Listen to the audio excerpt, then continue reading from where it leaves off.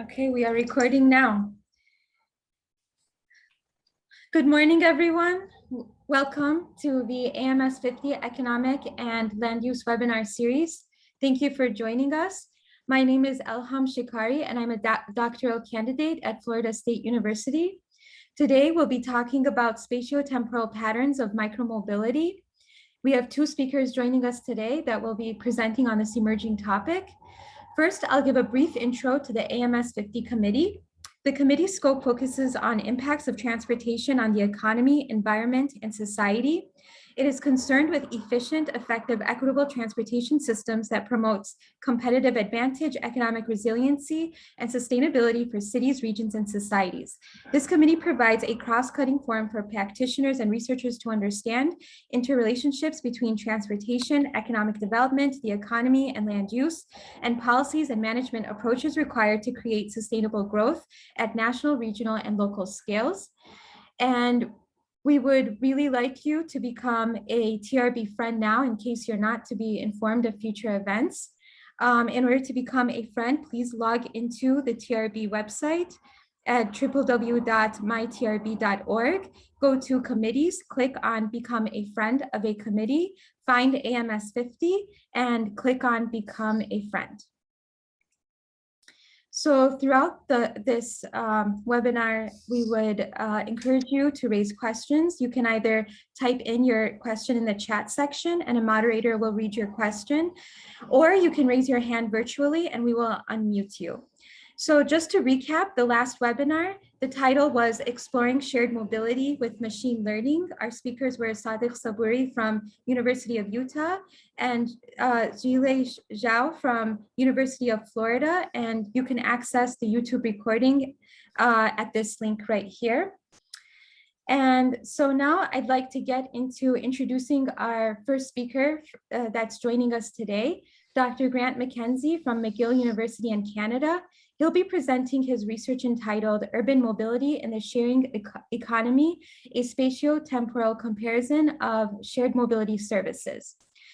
Dr. Grant McKenzie is an assistant professor of spatial data science in the Department of Geography at McGill University.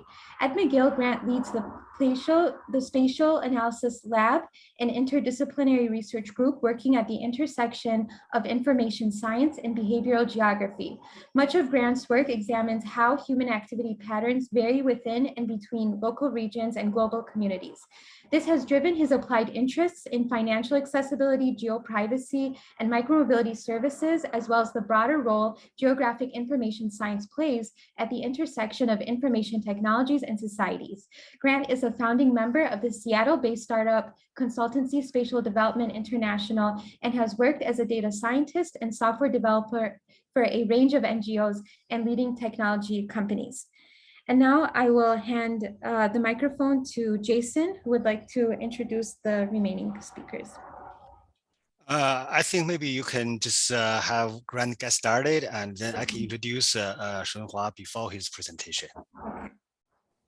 And so, Dr. McKenzie, I'll stop sharing my screen so that you can go ahead. Sure. Thank you.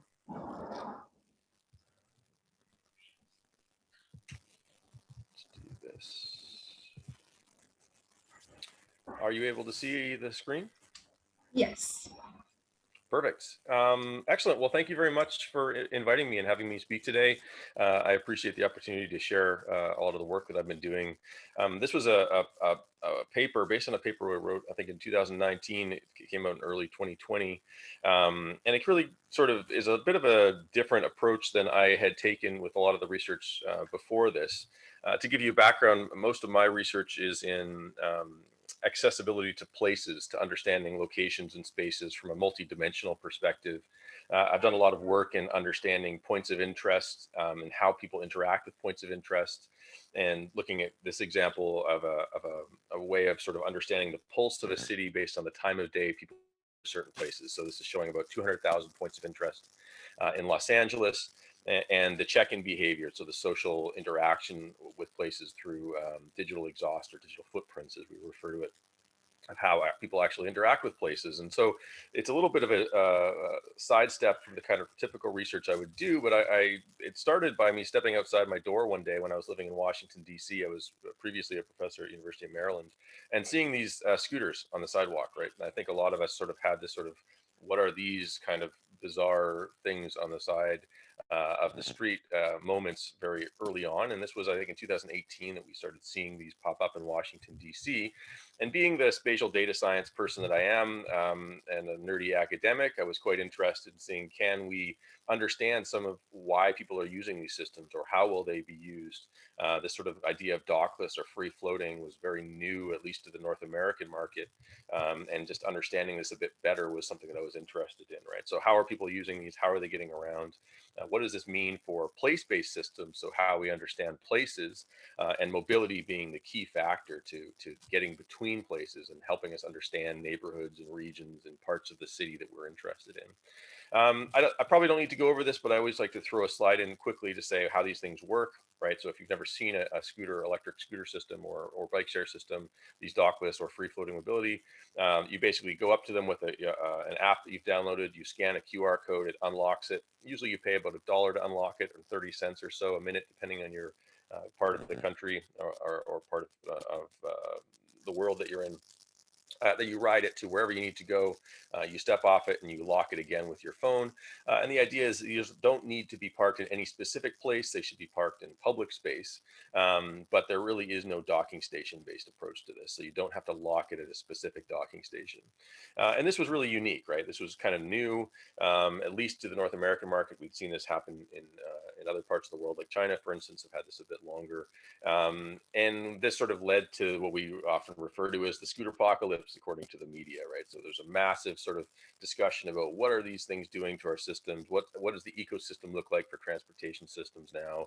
A lot of people raising their hands in the air and being quite upset about this. Now we're still sort of in the midst of that. There's still a lot of that happening, especially as these scooters move into new markets. But for all intents and purposes, we kind of have a better idea as to how these systems should be used. There's a bit more getting along, meaning pedestrians and cyclists and cars are playing nicer, or scooter users are playing nicer. And a lot of that has to do with regulations that have been put in by cities, some legal regulations and terms of use, these sorts of things. For instance, in Montreal, where I am, we had a scooter pilot project that I was involved in with the city. And eventually we decided actually not to allow scooters into the city against my best judgment or the research that I had proposed. But it is interesting to see that some cities are choosing to ban these systems while other ones are adopting them full-fledged. So we're still sort of a little bit in the midst of this, but what's interesting is how these systems are being used from my perspective. So the question I was interested in asking is this: are there identifiable spatial and temporal usage patterns for shared scooter systems? And to start off, before I get into the sort of meat of the paper that I'm talking about today, the first question I had was, how do these compare to existing bike share systems, right? So that was something that existed when I was in Washington, D.C. Capital Bike Share is quite a robust bike share system. It's been in the city, been a leader in North America for quite a while. And it's very much relied upon by the inhabitants of Washington, D.C. and visitors as well. And so we wanted to map some of the temporal and the spatial patterns, which has been done before, but actually compare them to these new systems, these e-scooters or scooter share systems. And the way we did that, we looked at the temporal patterns. We took about 3 months of data. One of the nice things about Washington, D.C. was they were one of the first cities to adopt this model of sharing data in order to get a license to operate in the city. So they released, in order to do this, the company had to provide an API, so an application programming interface, that released the data of where these vehicles were when they were not being used at any given time of day. And so we had access to that data, and we could then model this based on the temporal patterns, which you see to the left there, which is sort of days of the week and every hour within a typical day of the week. And then the spatial patterns that we see on the right. And so what we saw is that typically Capital Bike Share shows this commuting behavior. These tend to be members, right? So members meaning they would pay a yearly or monthly fee. They use this to get to and from work. Capital Bike Share casual users are those that are visitors or people that don't typically use these systems. They only pay a small amount of money for like a daily pass or a weekly pass. And we compare that to the Lime scooter share usage. We see a much more similar pattern between Lime scooter share and the casual Capital Bike Share, with a small peak in the morning, but nothing really to write home about there. And from the spatial perspective, what we did was we actually took the docking stations for Capital Bike Share and generated these Voronoi polygons around them to basically indicate what the region of usage would be, where people are actually using these, how they're getting to these docking stations, and then aggregated our Lime scooter share, our vehicle origins and destinations based on the same Voronoi polygon. And what we could then do if we normalize the trips, so we have very different volumes of trips, but we normalize them, we could say what regions of the city saw mostly scooter usage compared to more often showing Capital Bike Share or bike share usage. And what we see is areas that are more in the, if you know DC at all, sort of the National Mall, the Potomac area, more tourist or recreational areas tended to see higher usage of scooters. If we look at Capital Bike Share, that tended to be in the sort of Capitol Hill area, the commercial and business areas tended to be higher usage, at least compared to scooters. Now, we must also say that this was very early in the usage of these systems. It really came out in 2018. I started collecting data right when these came out. So there was a sort of a lack of understanding of these systems. People were still trying them out, seeing how it goes. Some of our ongoing research with a couple of my students is looking at this sort of more longitudinally to say, how are these systems being used over time, and are the patterns of how they're being used changing, right? So are people starting to rely on them more? Can I trust that this scooter will get me to and from work in the same way that I may have been able to trust a system like Capital Bike Share, which is municipally funded or municipally involved at least to get me to and from work? So this is some of the areas we've been doing some research on. This was the first step that we were really interested in understanding how these systems compared to existing modes of transit or transportation. The next step, which was really the focus of this paper, was to say, well, we only really looked at Lime as one of the operators in Washington, D.C. For the first paper. And the second paper, we were really interested in saying, well, there's all of these different services that exist, especially in Washington, D.C. Again, it sort of became a hotbed for early adoption of these scooter systems. And a variety of operators existed in DC. So this has changed over time. If you go to the DC.gov website now, you'll see a different set of operators or some overlap. But you know, at the time 2 years ago, we had 6 operators in Washington, DC. You had Bird, Lime, Lyft, Skip, Spin, and Jump. So apparently you needed 4 letters in your name to operate for some bizarre reason. Obviously not the case, but it is interesting that all of these had four-letter names for the companies. The notable exception here is Jump. It was actually, at the time, they didn't have any scooters. They were an e-bike company, right? So operated by Uber. Just had electric bikes, not electric scooters. They've since changed and now they have electric scooters as well. But in our analysis, that's something to keep in mind of the differences we saw. So we were interested in saying, well, what are the differences in how these systems actually operate in a city like Washington, D.C.? We mapped out the temporal patterns. Again, this was 3 months of data. We had data for every hour to look at how these systems actually operated from a temporal perspective, days of the week, hours of the day. And if you actually do a statistical analysis, we use a Watson's 2-sample test for homogeneity here, as well as cosine similarity. We found there really is no statistical difference between these different operators other than Jump Bike, right? So Jump electric bikes, because it's a cycling-based system, it is still e-bikes. It did follow much more of the commuting behavior similar to the Capital Bike Share, as you can see with peaks at sort of 8 a.m. and 8 a.m. and 5 p.m. on weekdays here, compared to the other systems, the scooter systems, which tended to not follow a traditional commuting behavior perspective. The spatial patterns, we have the origins and destinations over a 3-month time period.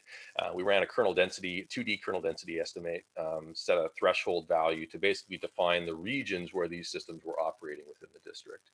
Again, not a huge difference. It's hard to really tell just based on these graphics how these varied, other than the fact that Jump actually on the right-hand side there had a much larger area. And that's due to the fact, we think, mainly because jump trips tended to be twice as long as scooter trips. So the average scooter trip we saw was tended to be about 1.5 to 2 kilometers, about 10 to 15 minutes in length and duration, where jump bikes tended to be closer to 4 kilometers, 25 minutes, something like that in length. So you could get a lot further in your trips, which it really expanded the area that they could actually operate in. I should also say that the volume of data we collected really varied as well, from like 25,000 trips for Lime to up to 178,000 or so for Skip when we were actually mapping this data out. To actually look at this from another spatial perspective to understand how this actually operates, instead of looking at the kernel density estimate, we can actually map this based on regions. So we just generated hexagons over the areas. In this case, these are 500-meter radius hexagons. On the image on the left, we can actually just see the density of trips overall. So this is combining all the different services into one figure. In the middle, we see just raw trip volume. And this is important because, again, we had difference in volume, right? So 178,000 for something like Skip down to 25,000 for Lime during that same time period. And this was based on the samples that we had collected. You do see that Skip, in this case, blue, is actually dominant in the city core, with Lift being a little bit more important further out. And then, you see the red showing up there with Jump being quite dominant outside the city core. Again, partially because of just the way people use these systems, the longer trips that we see for a system like e-bikes. If we actually normalize the data, so the figure on the far right, so we sort of ignored trip volume, we just looked at sort of normalizing based on the volume, essentially the distribution that we see of these systems. It's funny to actually see that Lime has the largest distribution, or evenly distributed across the city, compared to many of the other systems.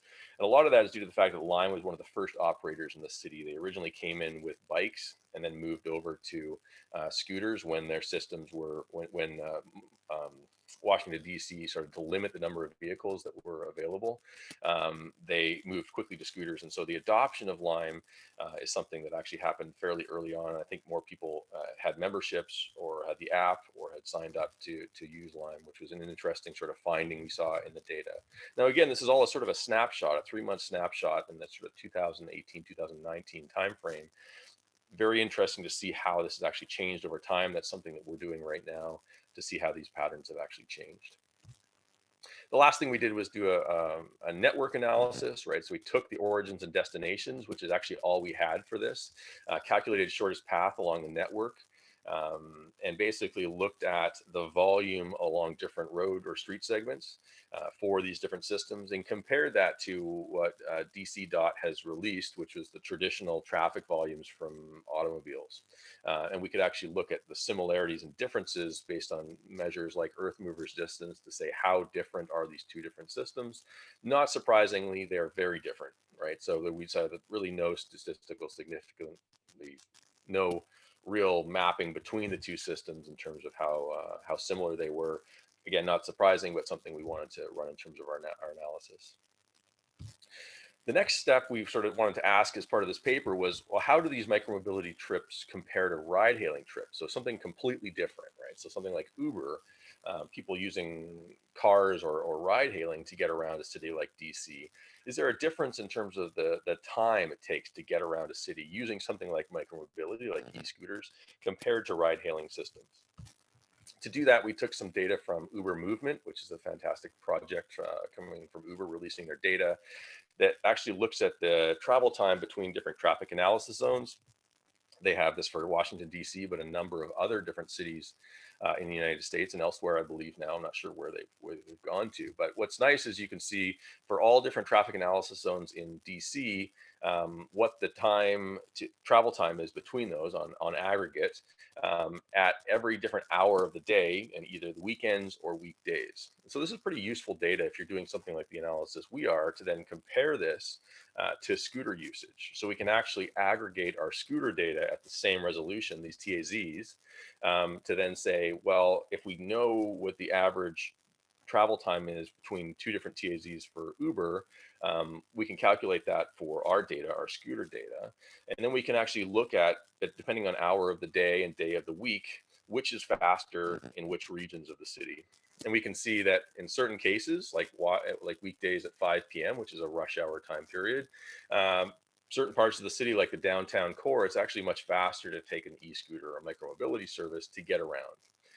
Obviously, these are very different scales of transportation, right? E-scooters tend to be used for shorter trips, again, sort of the 1.5 to 2 kilometer range. But we also know that people tend to take Ubers for some of these shorter distances as well, and as well as much larger distances. So the analysis we're doing here is only in the cases where we have data for both of these systems between the two different TAZs. But it is interesting to see that during rush hour time periods in the temporal perspective, 8 and 9 a.m. and 7 or 1700, so 5 p.m., it's actually faster to take a scooter on average in Washington, D.C. than it would be to get in a car or to get in ride-hailing service like Uber in this case. All other times, it was definitely faster to take an Uber, and even on the weekends, it's always faster to get in a ride-hailing service and use that. But an interesting sort of analysis, something that we sort of probably understood just conceptually, but actually interesting to see some of the data of actually how this maps out within a city, like a highly congested city like Washington, D.C.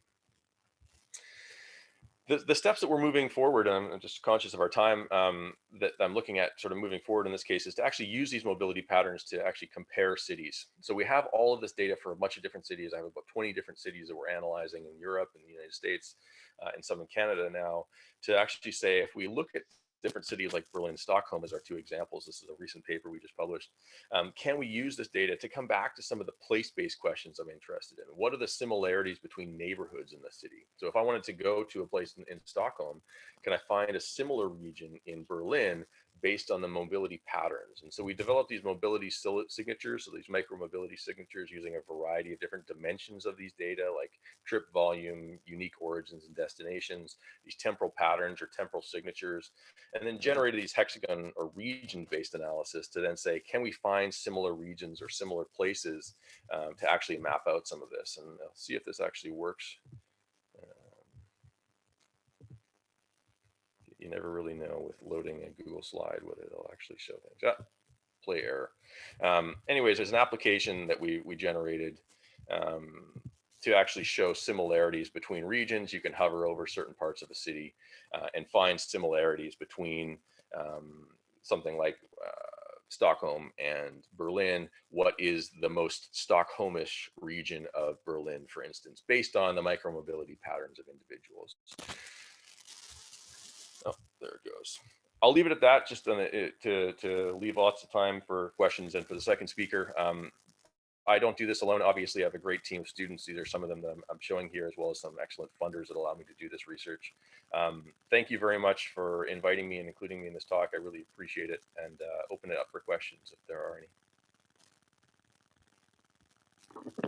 any. Can you go back to the slide where you were comparing all the different micromobility providers?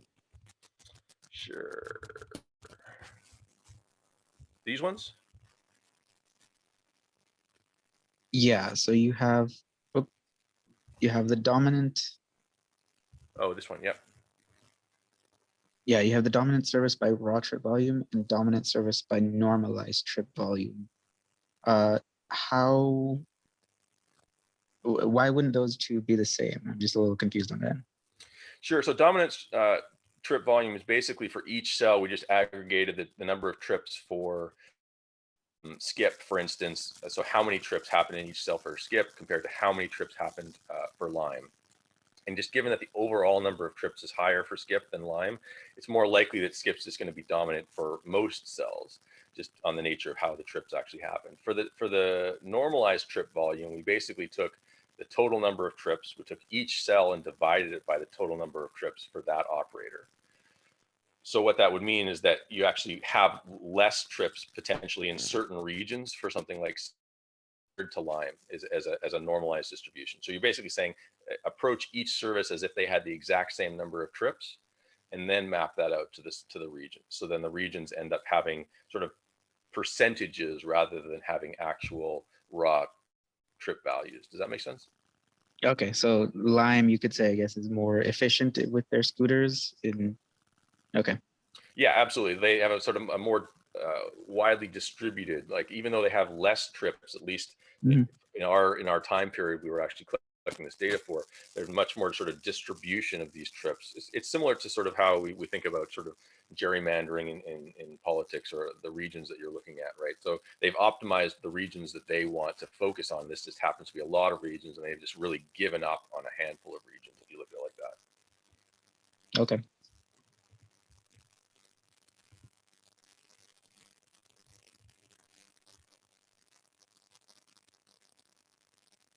And Grant, you can see there are a couple questions, a few questions in the chat box. Can you answer them quickly? Sure. I think I need to stop sharing in order to see the chat. Let me go down here. All right. I can think there's in the future work section of the paper, you had mentioned about examining limitations that you're saying the last mile problem.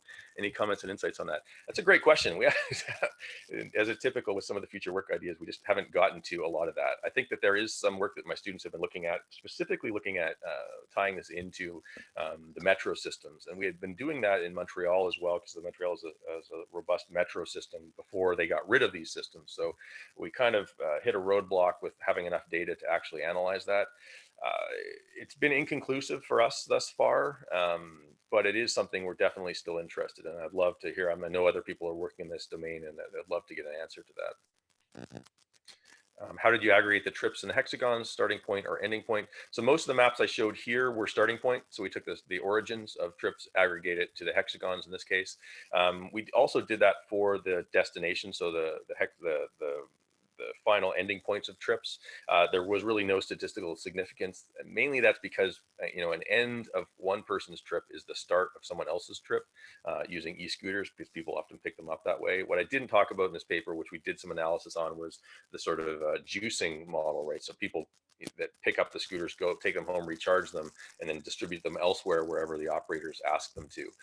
There was a whole sort of model for that, as well as to sort of take out trips that were identified as juicing trips or redistribution trips, which is in the paper. I just didn't have time to talk about that. But other than that, there wasn't a huge difference between the origins and destinations if we did this aggregate to hexagons. If there's time, I'll read another question here. Have you thought about looking at all metrics similar to bike, LOS, or a level of traffic stress for scooters? And if you have, what criteria or factors would you consider to evaluate this? I haven't really looked at that at all, to be honest. That's something that I would love to. It would be really interesting to see in terms of the sort of traffic stress and how that relates to a lot of these different systems. Definitely something that would be fascinating, I think, to a lot of people, but that's not something that I'm interested, or I have done work in so far. So I can't really answer that, but I think it's a great question.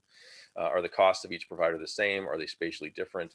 At the time when we did this analysis, the cost were the same for each of these, just because it's so competitive, they had to make the cost similar. The spatial difference, I think, is just a factor of how these systems got distributed, the adoption times. I think a big part of this is when an operator came into a city, and when somebody started using it, which is why we see Lime more widely distributed, at least in terms of dominance of aggregate or normalized systems. But you do have a wide variety of spatial patterns.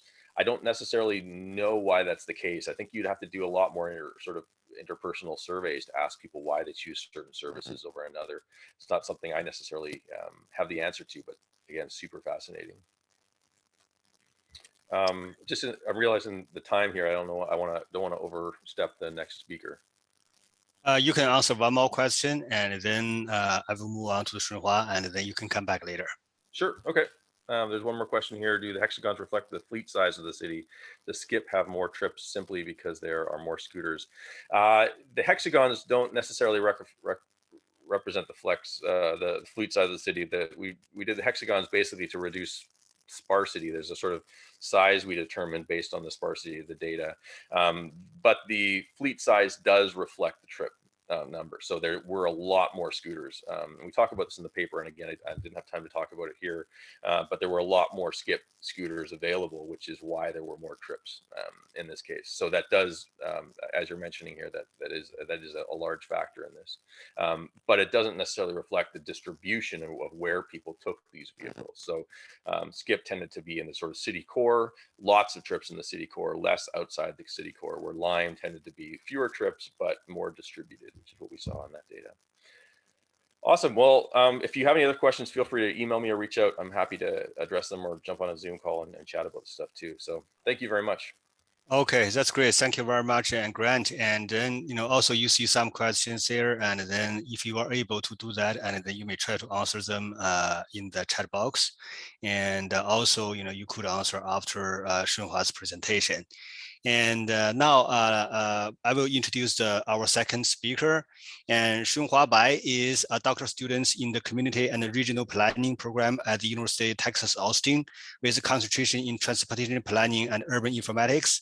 He's now a graduate research assistant in the Urban Information Lab using GIS and emerging data-driven techniques to study urban transportation systems. And his research mainly focuses on microscopic mobility in cities, including bike sharing and scooter sharing, about people's short travel demand and behavior, the equity implications and management issues. He's now interested in how automated vehicles will serve and shape people's travel behavior in a micro urban environment. He has published several journal articles in peer-reviewed journals such as TRD, Transport Research Record, Journal of Urban Affairs, in Travel Behavior and Society, and so on. And his talk is about dockless e-scooter usage pattern and urban building environments, a comparative study of Austin, Texas, and Minneapolis. Amen. Welcome. Thank you, Jason, for inviting me to this event. Can you all see my screen? Is my share? No problem.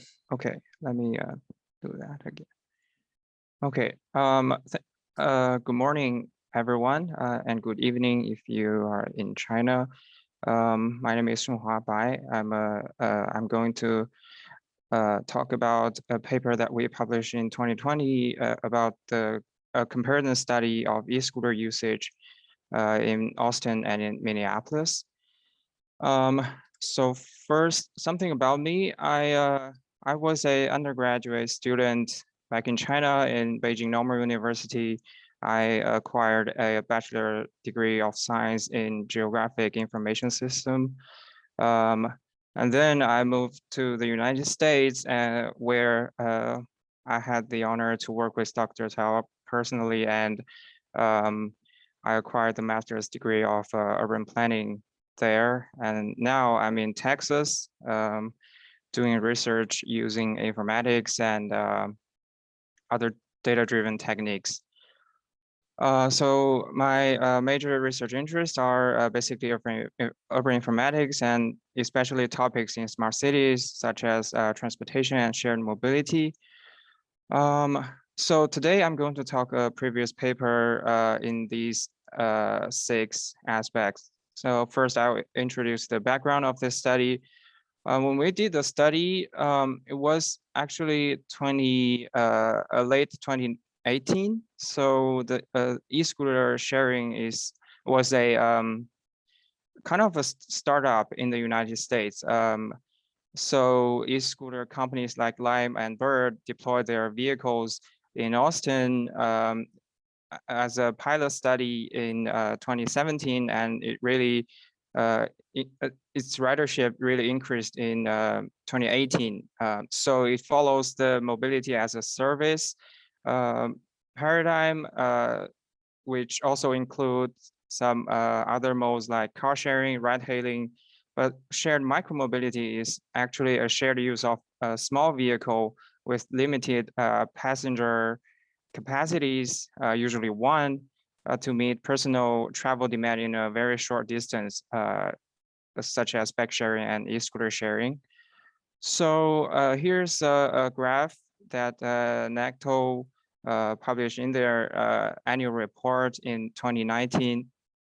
As we can see here, the e-scooter share was first introduced in the US as a pilot, as a shared micromobility program, but nearly half of the ridership in 2018 was attributed to the dockless scooter sharing system, which is pretty phenomenal in terms of the non-automotive traveling in the United States, where automobility is basically at the central role of transportation planning in the country. So there are basically two motivations here. The first is the disharmony between large short travel demand and few non-automotive transportation alternatives. So the NHTS data showed in 2009, over half of the total trips were less than 3 miles, but over 60% of trips less than 1 mile were by automobiles. And the survey in 2017 reported similar results. So this disharmony hasn't changed in a decade. The second motivation of this study was so the e-scooter ridership in Austin was enormous. So when we first looked at the data, I was confused. I actually asked the City of Austin Open Data Portal staff whether this data set was wrong, because I observed over 1.7 million e-scooter trips with over 1.3 million VMT. Especially when you think about what Dr. McKenzie just said, e-scooter trips were usually very short, about 1 mile or 1.7 kilometers. So this ridership was enormous. But by the time we conducted this study and published this paper, the literature was growing, but there was still limited number of e-scooter comparison studies back then. So we decided to answer these two questions, research questions based on the data, the ridership in Austin and the ridership in Minneapolis, to find out the spatial temporal ridership pattern difference between two cities and the different relationship with built environments in two cities. So there are the two data sets. We collected data in 2018, August to November. There are all individual trips with trip origins and destinations, and time, duration, distance. These are all reported in the raw data set. So we didn't do any short path assumptions or estimations, which was good. It saves us a lot of trouble and with few limitations.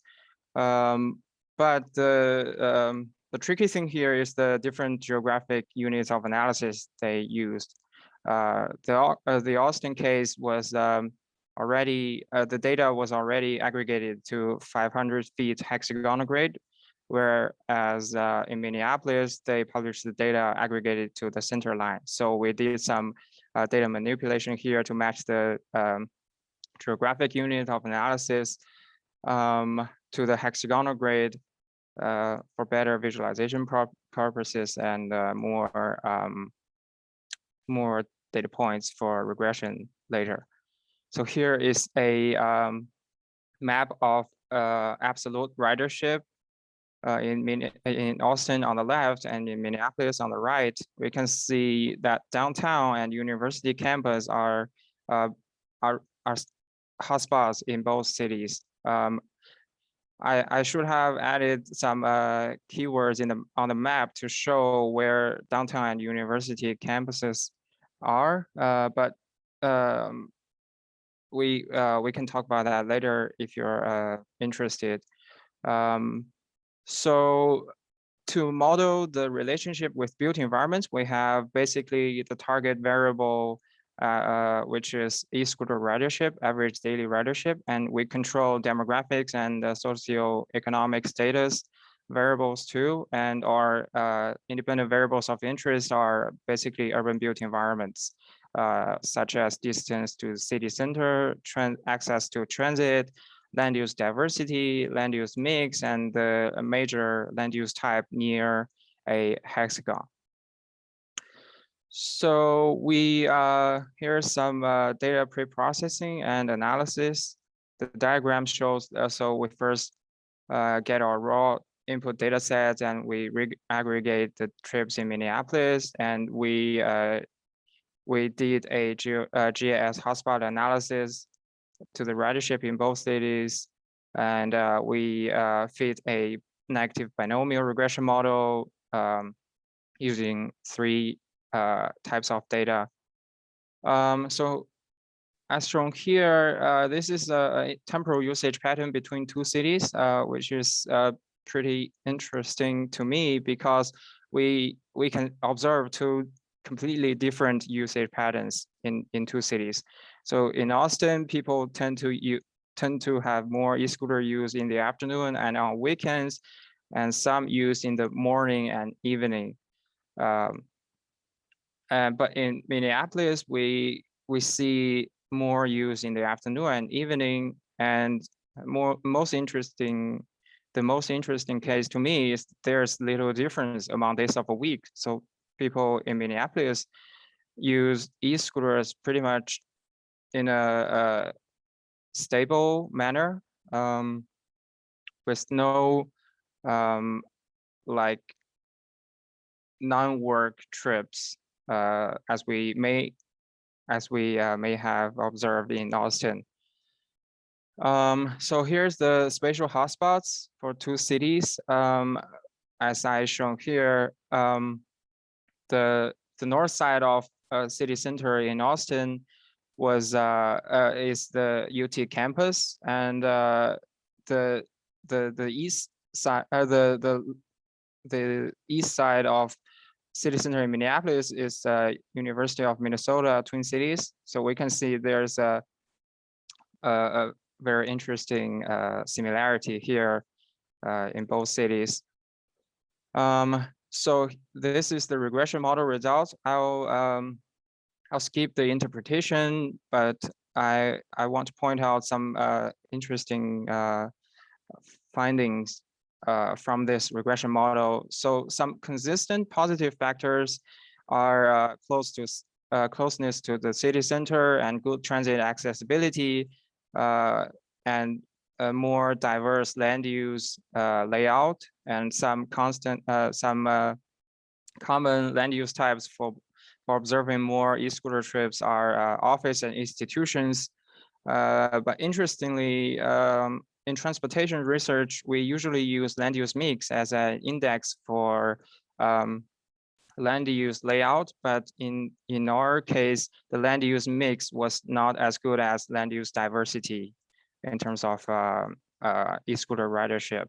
And open space and parks,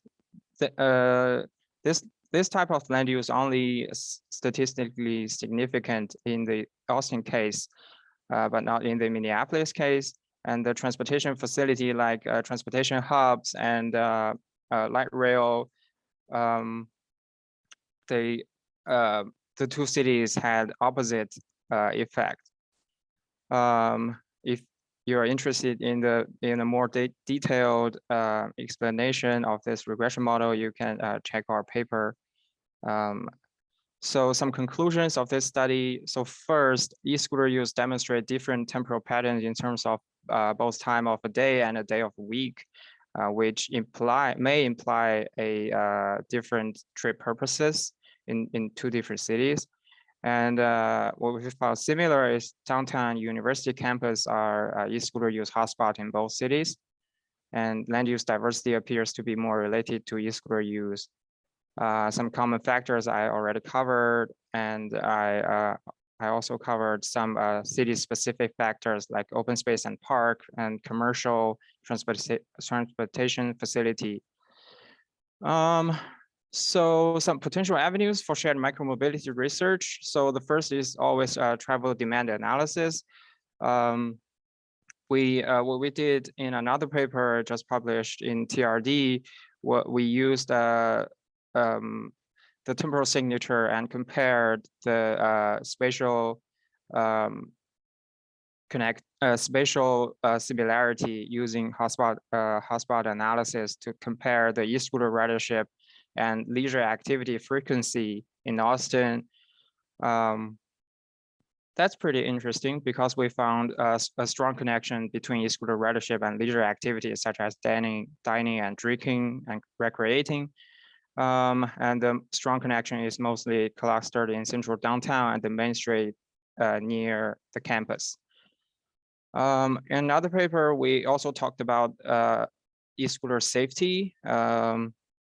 We collected some e-scooter accident data from Austin Open Data Portal, and we analyzed the spatial patterns and comparing to the traffic accidents in general.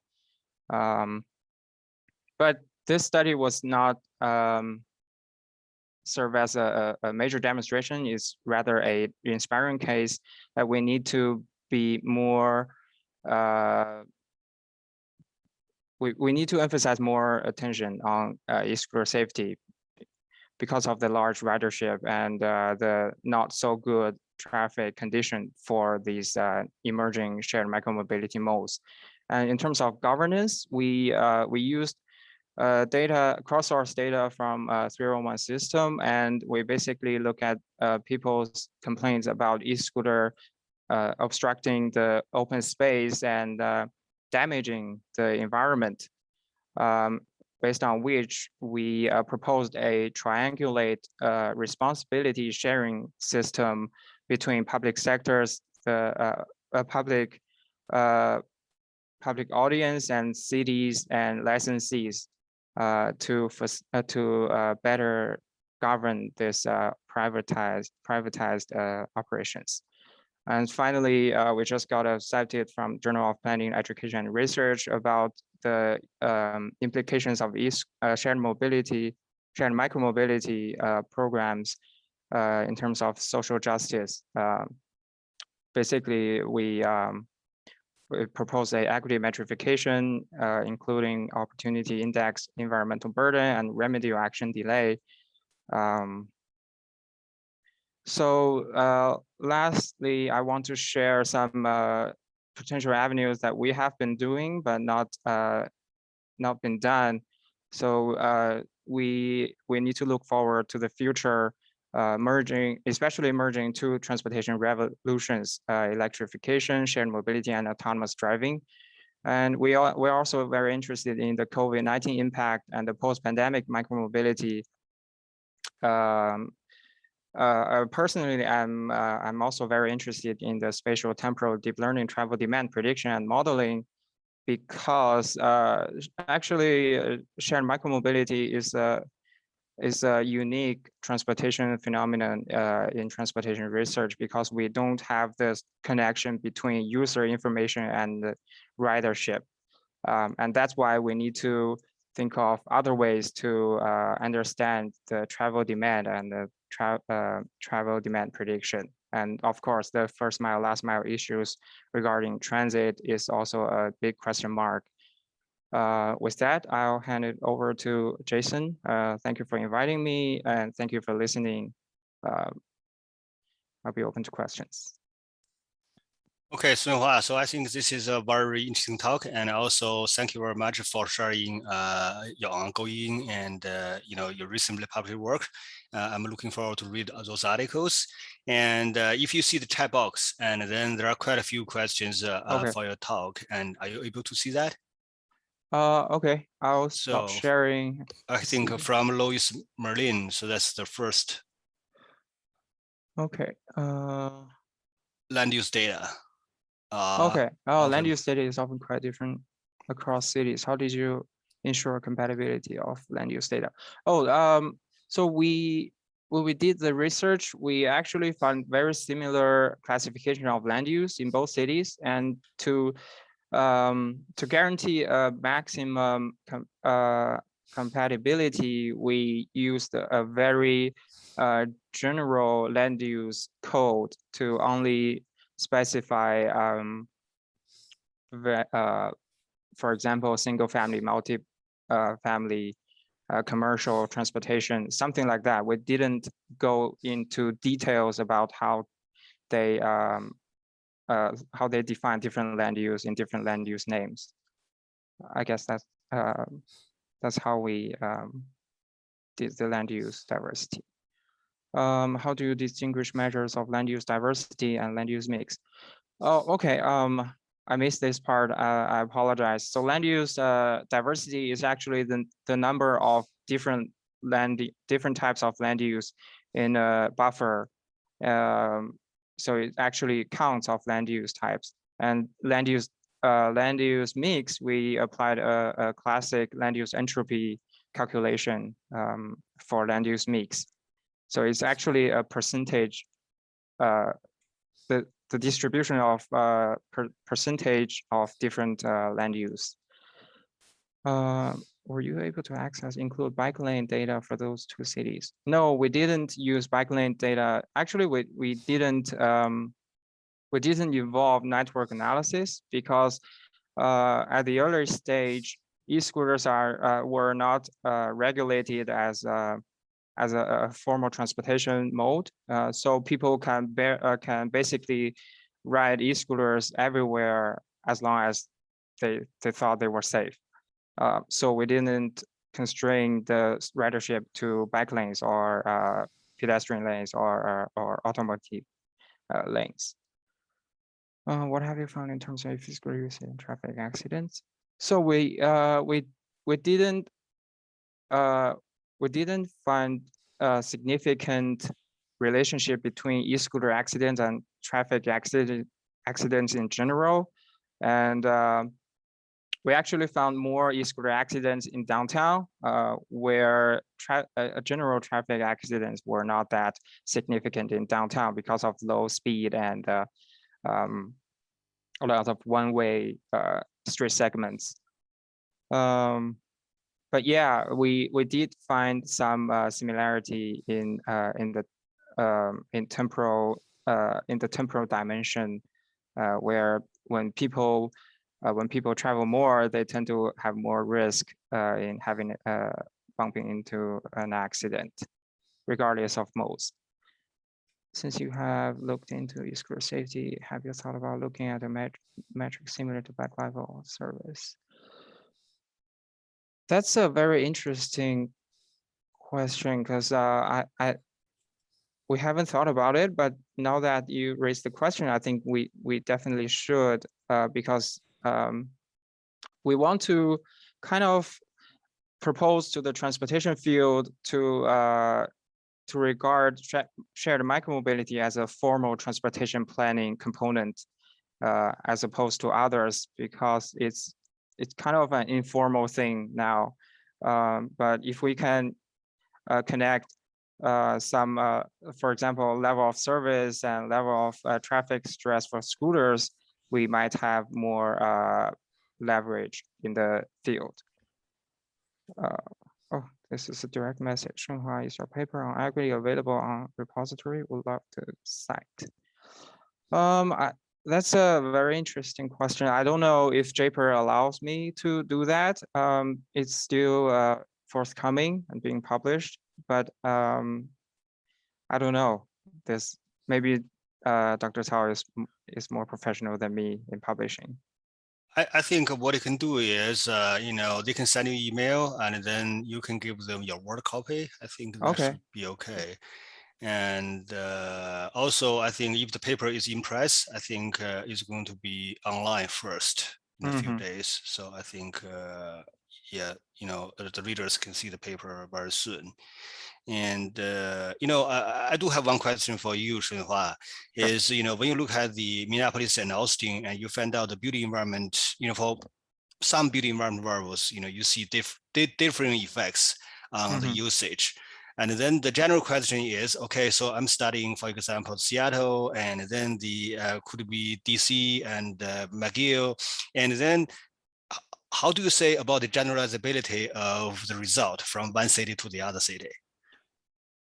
I would be first, I would be skeptical of the generalizability of regression models because you have to dive into people's travel behaviors and living behaviors in different cities. So Minneapolis, I spent 2 years there, and I have spent 4 years in Austin, and from my personal experience, I observed 2 different cultures in 2 different cities. Austin is more like vibrant, people having fun all the time, especially in downtown. And UT campuses are crowded with very young, energetic students riding e-scooters, chatting, drinking. But in Minneapolis, it's quite tranquil. We don't see a lot of this energy in near campus or downtown. So maybe that's why we observe 2 different ridership patterns in the temporal dimension and also in the regression models. That's where I think we need to at least provide some background information in our research. When you compare different cities, you have to present some basic information about how people live there in different cities. I guess that's my answer. Okay, I will add one more thing is the Twin Cities is famous for its bicycle, right? So that means, the people in the Twin Cities are used to the bicycle, and then maybe they are more willing to use the e-scooters. So that may be the reason you see, it's pretty kind of flat pattern over the time, and also over the days. And now I have one question for Grant. Shunhua, you have talked a lot regarding, your future research. And Grant, and do you see any kind of opportunities for the future research along this line of the shared micromobility? Yeah, I think there's. I mean, it's a burgeoning field. It's getting quite sort of expansive in terms of what people are exploring. I think there's a number of different directions to look at from a sort of regulatory body discussion. If we look at things like the organization of public and private partnerships in a lot of e-scooter systems, so a lot of cities adopting these because of the historical discussion we've had about the sort of combativeness between private companies and cities in this model. A lot of cities are now partnering with these private companies to develop better systems. From a sort of analysis perspective that I do, like the spatial temporal modeling, I think one of the interesting things we're seeing a lot of research, and there's been a fantastic body of research that came out due to COVID, so how that's actually changed micromobility services. And I'm quite surprised to see mobility services like these pop back up and actually are getting more funding than they maybe got even before the pandemic from a lot of VC firms. I think the direction for a lot of this research is going to be better understanding how these interplay with the existing transportation systems that we have, the metro usage, how they sort of fit into the last mile problem, which they've always been sort of sold to us as, and then how this actually is approached from an environmental perspective. That's still something it requires a lot more research. There's been some great work in this area, but understanding, is this just replacing people walking, or is this actually having a bigger role in the sort of ecosystem of transportation systems overall? And I think that's going to be a big question moving forward, and obviously we're seeing a lot of really good work in that right now. So I'm excited about this field. I think there's going to be a lot of great stuff to happen. I don't think that these services are going anywhere, at least in the format that they're currently presented in. So lots to do from our discipline. Okay, so I think you have very interesting observation, and I also agree. This is kind of the burning, the growing field, and actually, the TRD had a special issue on shared micromobility. We had kind of more than 100 submissions, and then I think the editorial for the special issue will be out soon, and also we have a new social editor, dealing with emerging technology, particularly on the environment and the travel demand side. And, we got also a lot of papers, on the shared micromobility and shared mobility. So, I fully agree, this is kind of, we are going to see a lot of research, in this area. But also, there's one thing, when I play the TikTok, I see some competitions between the e-scooters and some other modes of transportation. For example, in China, in some cities, we see the taxi drivers, they just drove, all the e-scooters and then throw them in the urban fringe, because, the the e-scooters take the market or the taxi. And then how do you see the competition between different modes, particularly, for the private sector? Because for the transit agency, this is the public agency, and then they can absorb the competition from the e-scooters, but private sectors can see a lot of stress from this new phenomenon. And then do you have any kind of comments, and then think about the future, the regulation about this markets? Any of you?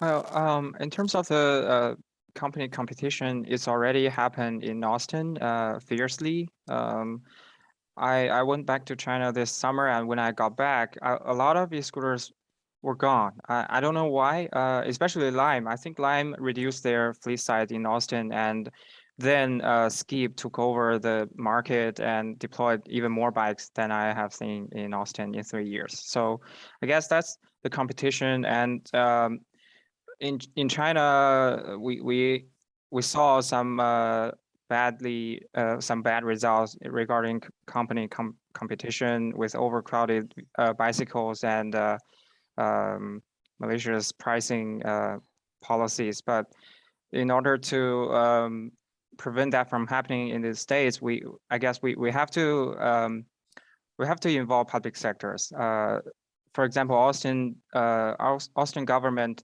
they require data sharing like DC, and when they sign contract with licensees, they regulated the fleet size and where they can deploy their vehicles in the city, and how equity is involved in their contract too. So I guess it's a more comprehensive regulation rather than one